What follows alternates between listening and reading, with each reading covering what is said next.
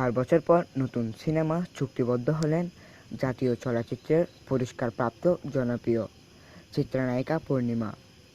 তার সিনেমার নাম আহারে জীবন। আহারে জীবন সিনেমায় পূর্ণিমাকে দেখা যাবে দুলা চরিত্রে।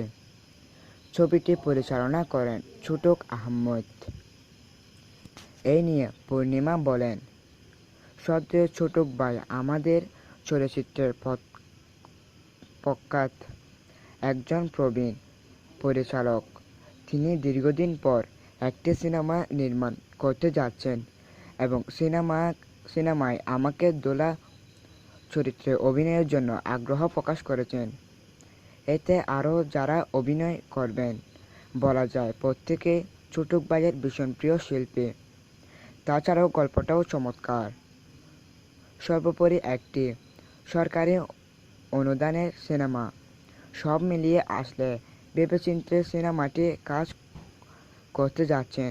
সিনেমাটিতে চুক্তিবদ্ধ হলাম যেহেতু ছটক ভাই গুণী একজন নির্মাতা, তাই আমার বিশ্বাস কাজটি বেশ ভালো হবে। 2020 সালে মার্চে বাংলাদেশে করোনা মহামারীর প্রকোপ।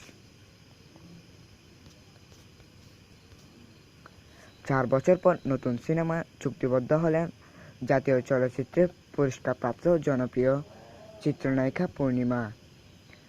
তার সিনেমার নাম আহারে জীবন। আহারে জীবন সিনেমায় পূর্ণিমাকে দেখা যাবে দোলা চরিত্রে। ছবিটি পরিচালনা করবেন ছটক আহমেদ।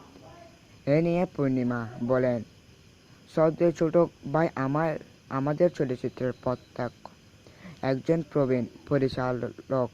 তিনি দীর্ঘদিন পর একটি সিনেমা নির্মাণ করতে যাচ্ছেন এবং সিনেমায় আমাকে দোলা চরিত্রে অভিনয়ের জন্য আগ্রহ প্রকাশ করেছেন। এতে আরও যারা অভিনয়